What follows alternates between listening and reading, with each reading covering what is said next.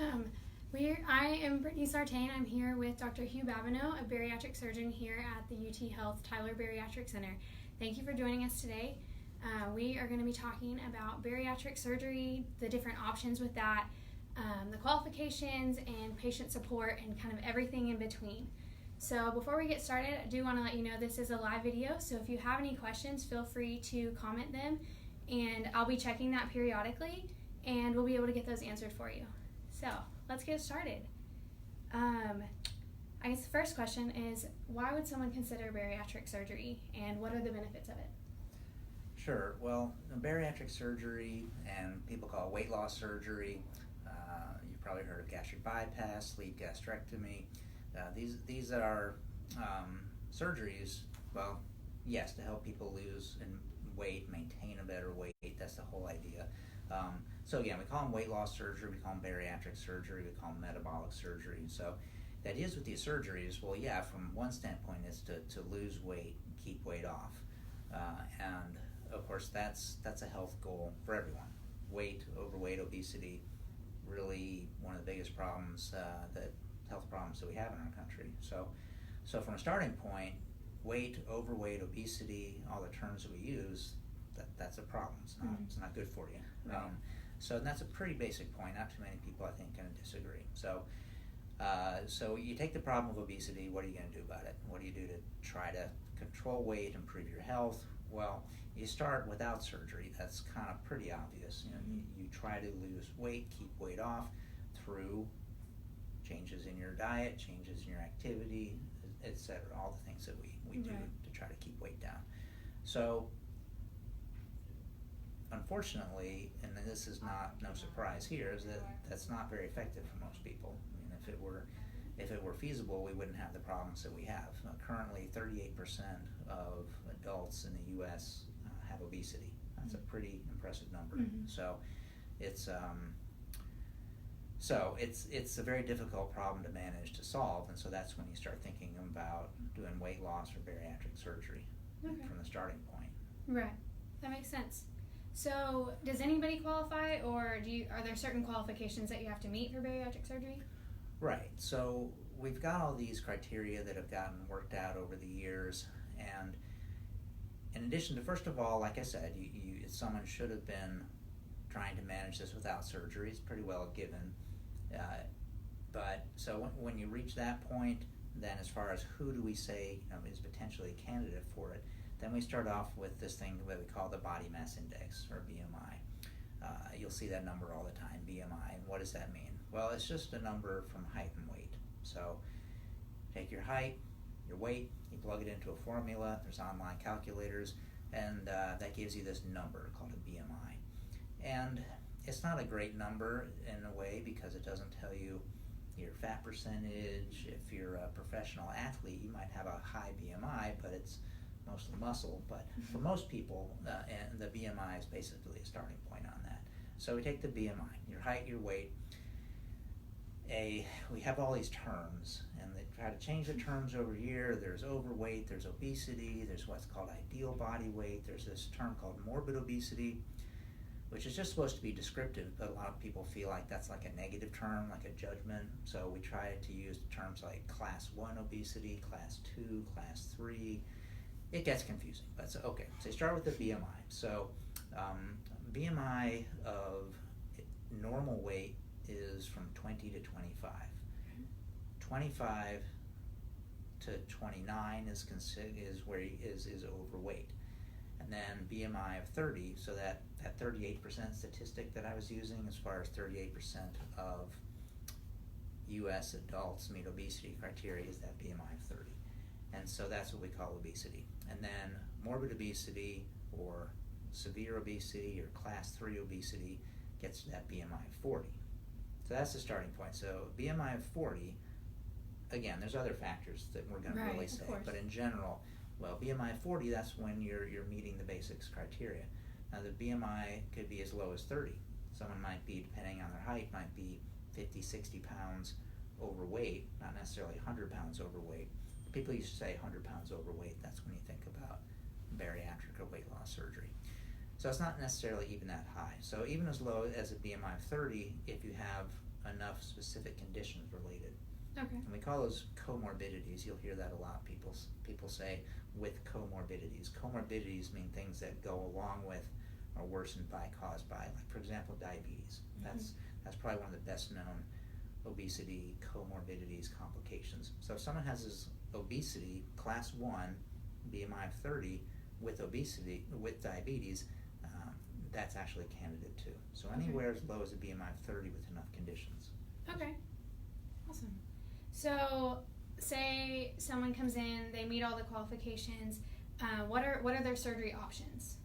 Okay. So right now, currently in the U.S., your two most common operations are going to be either sleeve gastrectomy, also known as vertical sleeve gastrectomy, also known as laparoscopic vertical sleeve gastrectomy, but people call it sleeve for short. And then gastric bypass, also known as Roux-en-Y gastric bypass, laparoscopic Roux-en-Y gastric bypass, but most of the people call that gastric bypass or bypass. So those are really your two. That's about 95% of surgeries in the U.S. today are either that. So again, for the most part, you're talking about sleeve or gastric bypass. Now there's a couple others out there. Lap bands were real popular, but they're still considered an accepted operation. Just very few of those are done in the U.S. anymore. They kind of fell out of favor. Just didn't live up to some of the earlier hopes on that. And then there's one called duodenal switch. So for those of you that are out there, Googling and researching a lot on this, you'll see DS or duodenal switch. That's another one of the options out there. It makes up a pretty small percentage of the surgeries. So anything from lap band, gastric bypass, sleeve gastrectomy, duodenal switch. Again, those are your standard operations today. Okay. So with those options, how do you and your patients decide which treatment option is best for them? Right, and that's a great question, and the answer is kind of in what you said, is that it's with the surgeon and the patient. We look at that. So we take our starting point. We take all those kind of factors, the person who's ready to look into this, the person who's tried to manage weight without it, like I said. Then we look at the BMI. Is it at least 30 with the comorbidities or 40 without?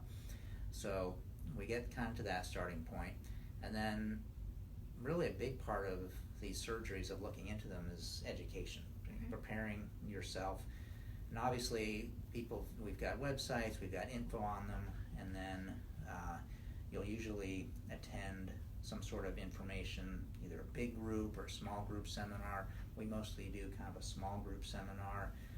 We have a standard video that people watch, and of course, we also, a person's got to get their medical and surgical history together. So person gets all that info. We do a lot of that, and then they have a one-on-one. And again, the way we do it is you'll have a one-on-one with the surgeon. And so myself or Dr. Keith, we're the two surgeons in the practice here, where we've now got your medical history in front of us. You've gotten all this info thrown at you, and then we have that one-on-one, and so we're going to look at different factors in that. And so there are some people that we're going to say, this person we think really is best suited to have sleeve gastrectomy. This person we think is best suited for gastric bypass. And so it's a little bit of the surgeon's knowledge and understanding that they're going to put in there. What are the patient's own issues medically, surgically?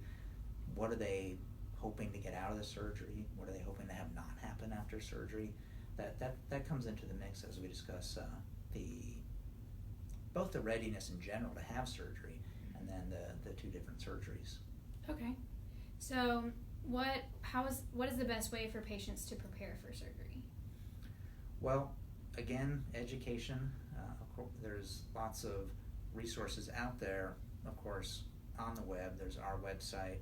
There's a lot of different, of course, Facebook and other resources and things. But once you start that process with us, what we'll do is, again, we've got some printed materials. We've got our website materials, things we want you to read and look at first. And then really with us, it starts off with an orientation session here, which we have, again, the video. We have our nurse coordinator who gives a talk about a lot of issues. We have a talk from someone here who works here who's had one of the surgeries years ago. Okay. And then we get into that session with one-on-one with the surgeon. Awesome.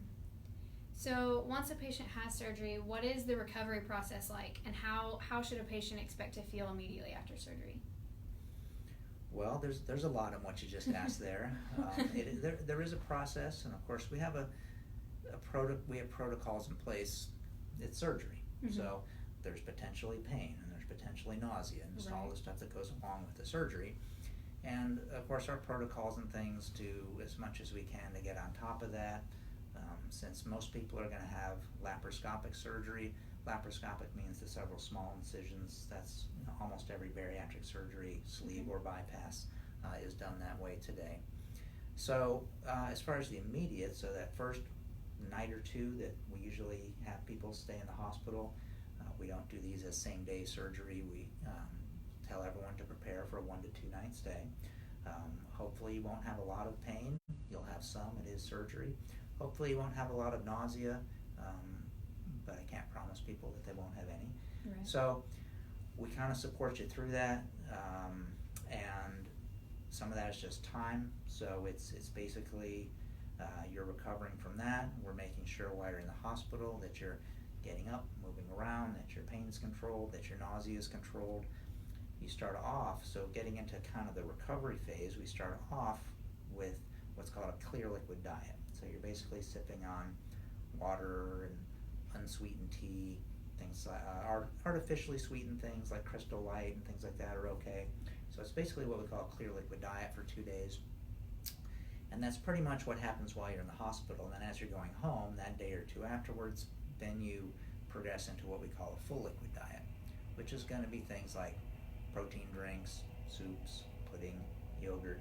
And again, the clear liquid is making sure that someone's hydrating yourself, because that's one of the most important things in those early days and weeks is making sure the person is hydrating, that they're drinking well enough. Okay. So I guess we kind of just touched on this, but are there any other diet restrictions before and after surgery, and even long-term diet restrictions? Well, it's a good question. There's no specific exact diet. Here's exactly what you eat, and here's what you eat on month 2, and here's what you eat on month 3. Really, we're more trying to educate people on the principles that we want good nutrition. So we want our basic building blocks. We want protein. We need vitamins. We need minerals. We need fiber. We need the micronutrients, the things that are in basically normal foods. Mm-hmm. So really, ultimately, the goal is just eat food, and food that is high in nutrition, but of course lower in calories. And so we're avoiding high fats, high sugars, things like that, which can tend to pack in more calories and things. Now, when you get into sort of living with a weight loss surgery, some of those effects can make it where certain high fat and or high sugar foods may bother you. They upset your stomach. When you get into some of what these surgeries do, and there's a term, it's called dumping syndrome. You'll see that as you're researching and learning about it. And it's kind of a confusing term. I prefer to call it angry gut, because it's the idea is that your intestines, your stomach are a lot more sensitive to certain foods. Okay.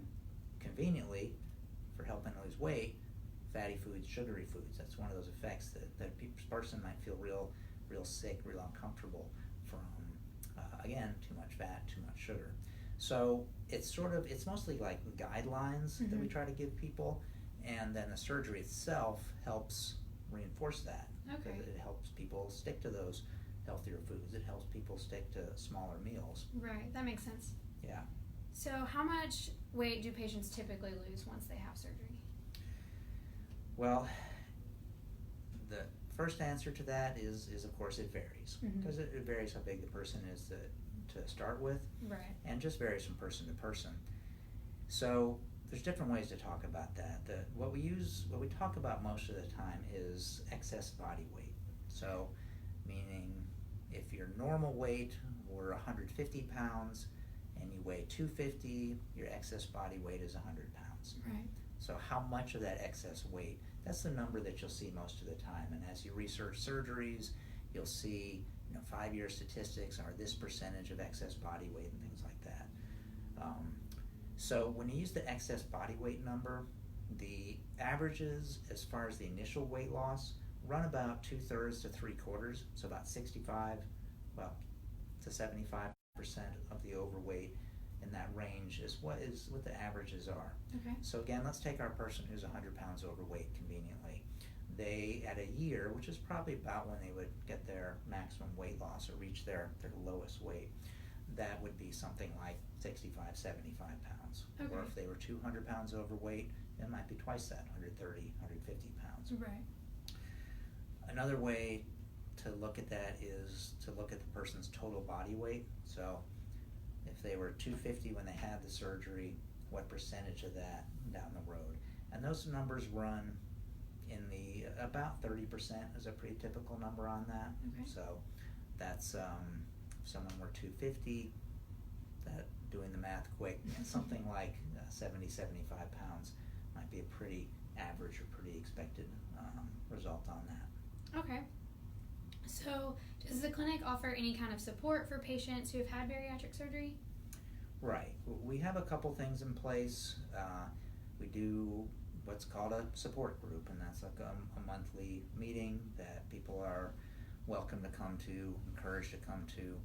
We also do something called, we call it refresher class. It's a little bit more of a, and we're going to talk about, go over those rules again, go over those guidelines again.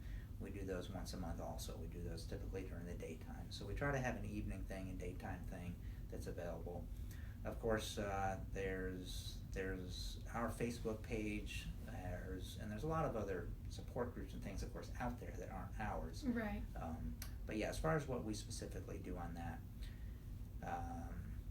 and of course there are scheduled one-on-one follow-ups either with myself, with the bariatric nurse, and so forth, that we schedule throughout the year, especially in that first year after you've had surgery. Okay. Awesome. So I guess our last question here is what is your overall goal for your patients? Is to get healthier. If we're looking for that. That's awesome. That is. All right. Alrighty. Well, those are all the questions that we have so far. Okay. So if you're interested in learning more about bariatric surgery or learning more about Dr. Babineau, you can visit tylerbariatrics.com and you'll find all your information there. There's also a web form if you want to get more information. Dr. Babineau will also be speaking at a Lunch and Learn seminar next month on October 17th, and you can visit our website for more information on that as well. Dr. Babineau, thank you so much for your time. Thank you everyone for tuning in, and we'll see you next time.